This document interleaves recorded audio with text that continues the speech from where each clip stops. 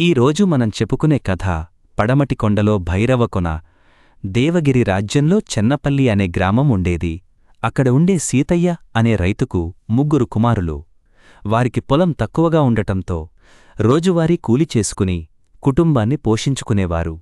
దేవగిరిని పాలించే మహారాజుకు ఒకసారి ఏదో వింత వ్యాధి సోకింది. రాజవైద్యులు ఎంత ప్రయత్నించినా ఆ వ్యాధిని నయం చేయలేకపోయారు. దాంతో మంత్రి, మన మహారాజు వ్యాధిని నయం చేసిన వారికి కోరిన బహుమతి ఇస్తాం అని రాజ్యమంతా దండోరా వేయించాడు. దాంతో పక్క రాజ్యానికి చెందిన వైద్యులు కూడా ఆయనకు వైద్యం చేశారు. కాని ఎలాంటి ప్రయోజనం లేకపోయింది. ఒకరోజు సాయంత్రం రచ్చబండ దగ్గర మహారాజుకు సోకిన వ్యాధి గురించి కొంతమంది చర్చించుకోసాగారు. అక్కడే ఉన్న ఓ వైద్యుడు, ఆ వ్యాధిని నయం చేసే మూలికలు నాకు తెలుసు, కాని అవి పడమటి కొండల్లో ఉన్న భైరవకోన అడవిలో దొరుకుతాయి. కాని నాకు అంత దూరం వెళ్లే ఓపిక లేదు.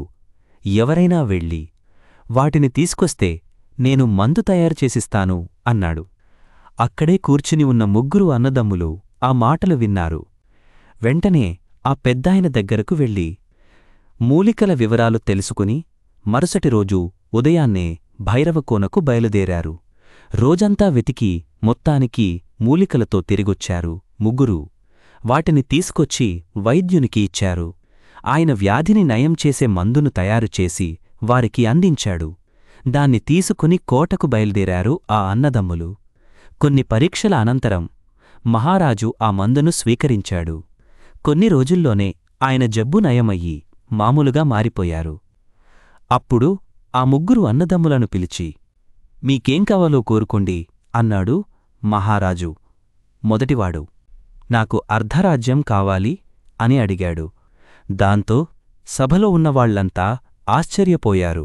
కాని ఇచ్చిన మాట ప్రకారం అలాగేనంటూ అతనికి అర్ధరాజ్యమిచ్చాడు మహారాజు. రెండోవాడు, నాకు 1,00,000 వరహాలు ఇప్పించండి ప్రభూ అన్నాడు. సరేనంటూ వెంటనే అతనికి ఆ వరహాలు అందించాడు.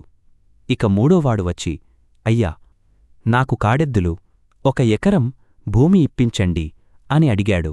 సభికులంతా అతని అమాయకత్వానికి నవ్వుకున్నారు. మహారాజును అడగాల్సిన కోరికేనా అసలు అనుకున్నారు.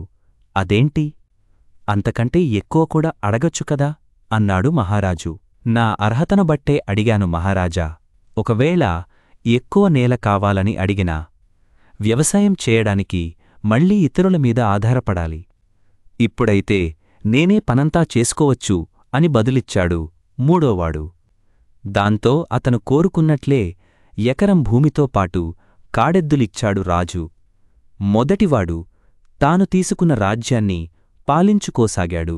కాని పాలన మీద అవగాహన లేకపోవడంతో కొన్ని రోజుల్లోనే పొరుగుదేశపు రాజు చేతిలో ఓడిపోయి రాజ్యాన్ని కోల్పోయాడు. 1,00,000 వరహాలు తీసుకున్న రెండోవాడు అప్పటినుంచి కంటిమీద కునుకు లేకుండా గడుపుతున్నాడు. ఎక్కడ దొంగలు వాటిని దొంగిలిస్తారోనని భయపడినట్లుగానే ఒకరోజు దొంగలుపడి 1,00,000 వరహాలు దోచుకెళ్ళిపోయారు.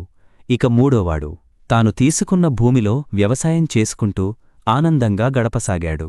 తమ్ముడిని చూసి మొదటి ఇద్దరూ మనం కూడా వాడిలా అడిగి ఉంటే కనీసం పనిచేసుకుని ప్రశాంతంగా బతికేవాళ్లం, కాని అత్యాశకు పోయి మన అర్హతకు మించిన కోరికలు కోరాం, వాటిని నిలబెట్టుకోలేకపోయాం అని బాధపడ్డారు. ఇక అప్పటినుంచి మళ్లీ ఎప్పటిలా పనిచేసుకోవడం ప్రారంభించారు.